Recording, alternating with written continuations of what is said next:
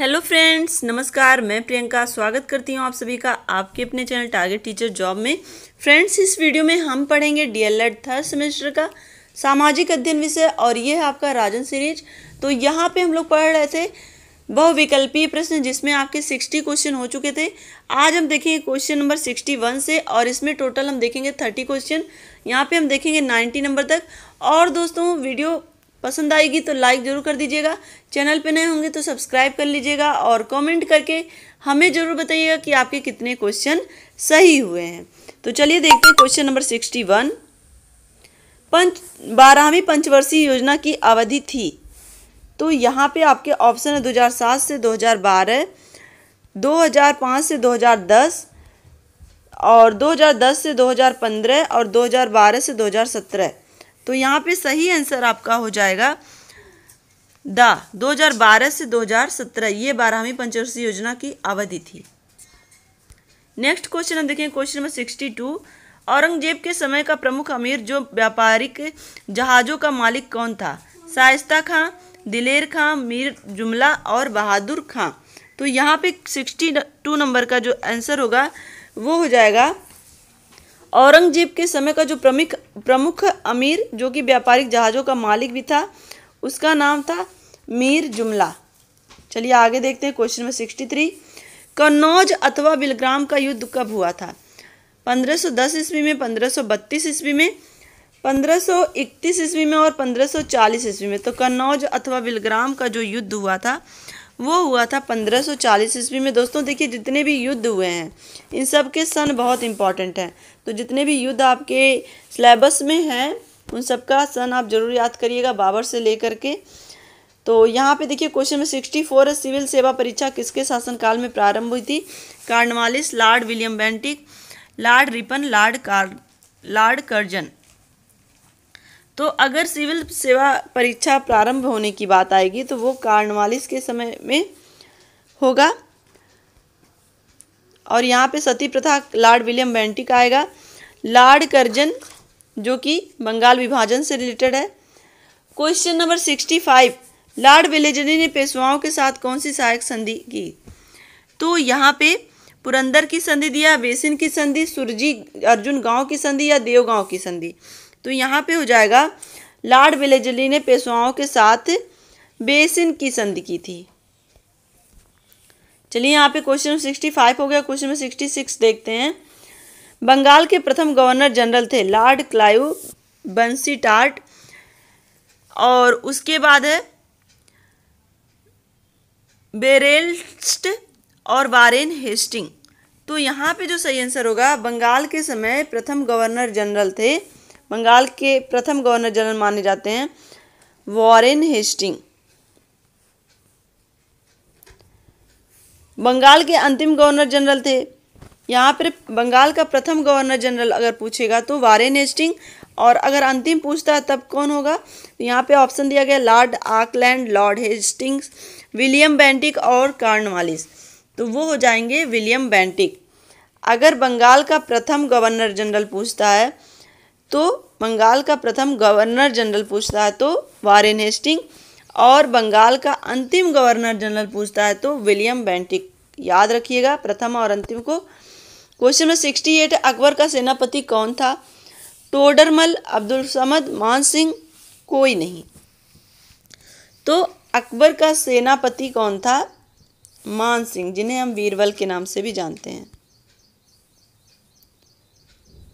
अब हम देखें क्वेश्चन में 69 है। भारत का सबसे ऊंचा दरवाजा कौन सा था? बुलंद दरवाजा, बम्बई दरवाजा, कलकत्ते का दरवाजा और दिल्ली का दरवाजा। भारत का सबसे ऊंचा दरवाजा, तो सही आंसर आपको पता ही है, बुलंद दरवाजा। फतेहपुर सीकरी 1571 की स्थापना किसने की थी? बाबर, शेरशाह सूरी, अकबर और उसके बाद यहाँ पे ऑप्शन दिया है शाहजहां। तो फतेहपुर सीकरी की स्थापना की थी अकबर ने। तुजुक-ए बाबरी किसकी प्रसिद्ध कृति है? बाबर, अकबर, गुलबदन बेगम, कोई नहीं। तुजुक-ए बाबरी ये बाबर की प्रसिद्ध कृति है। नेक्स्ट हम देखेंगे संघ सूची में कितने विषय सम्मिलित किए गए हैं? 100, 100, 61 और 52। तो संघ सूची की बात यहाँ पे हो रही है। संघ सूची में कितने विषय सम्मिलित किए गए हैं, तो यहाँ पे देखिए 2 ऑप्शन दिए गए हैं 100। तो इसमें थोड़ा सा संदेह है, तो ये ऑप्शन आप चेक कर लीजिएगा संघ सूची में कितने विषय दिए गए हैं, क्योंकि दोनों में 100 दिया है। चलिए आगे देखते हैं। क्वेश्चन नंबर 73, राज्य सूची में कितने विषय सम्मिलित किए गए हैं? 64, 61, 65, 78। तो यहाँ पे आपका जो सही आंसर हो जाएगा वो हो जाएगा 61। राज्य सूची में 61 और संघ सूची में कमेंट करके हमें ज़रूर बताइएगा, क्योंकि हमने डिटेल क्लास सबकी ली है, सारे चैप्टर की। ऐसा कोई भी चैप्टर नहीं है जिसको मैंने डिटेल में ना पढ़ाया हो। तो 74 नंबर देखिए, समवर्ती सूची में कितने विषय सम्मिलित किए गए हैं? 52, 61, 99, 120। समवर्ती सूची की बात यहाँ पे हो रही है, तो समवर्ती सूची में 52 विषय सम्मिलित किए गए हैं।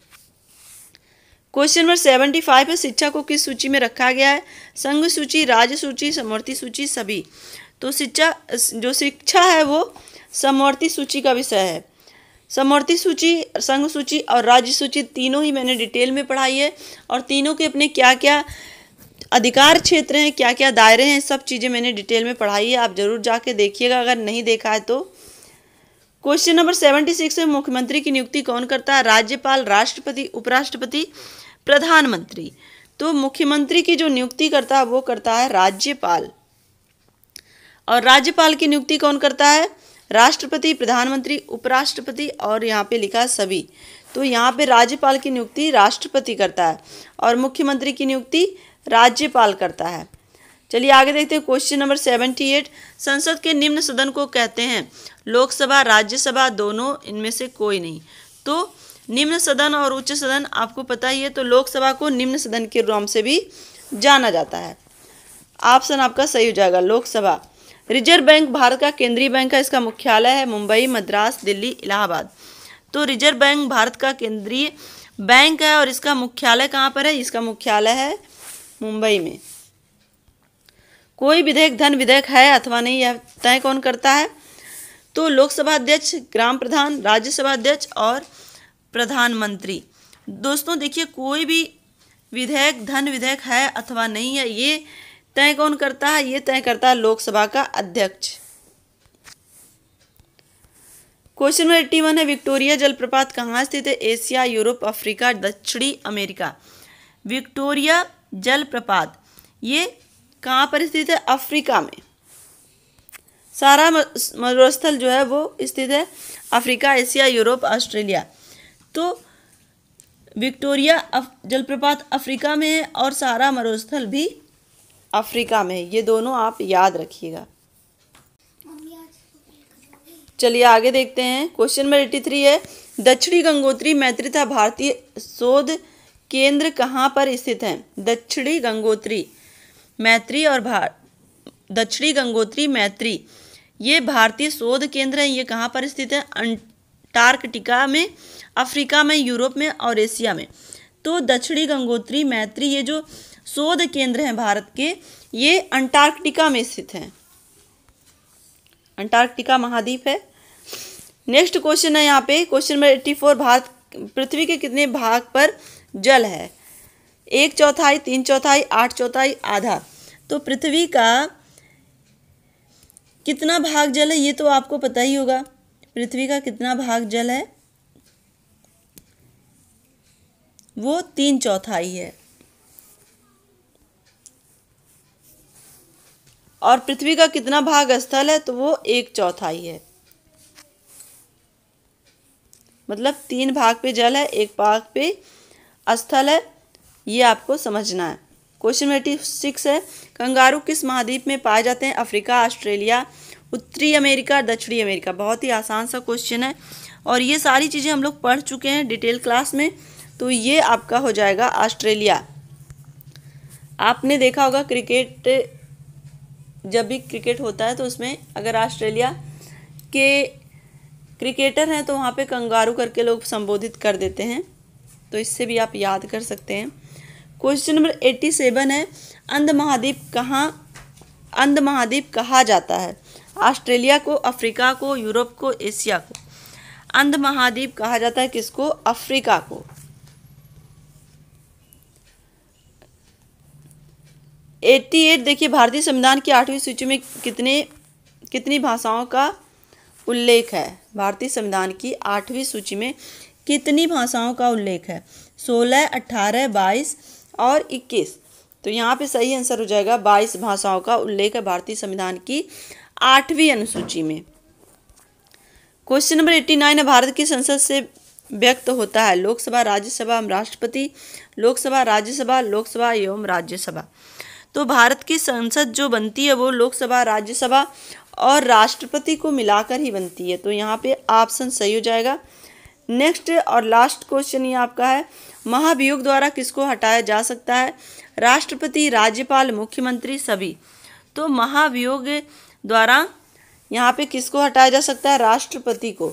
तो यहाँ पर हमारे 90 क्वेश्चन कंप्लीट हो गए और कमेंट करके हमें जरूर बताइएगा आपके कितने क्वेश्चन सही हुए।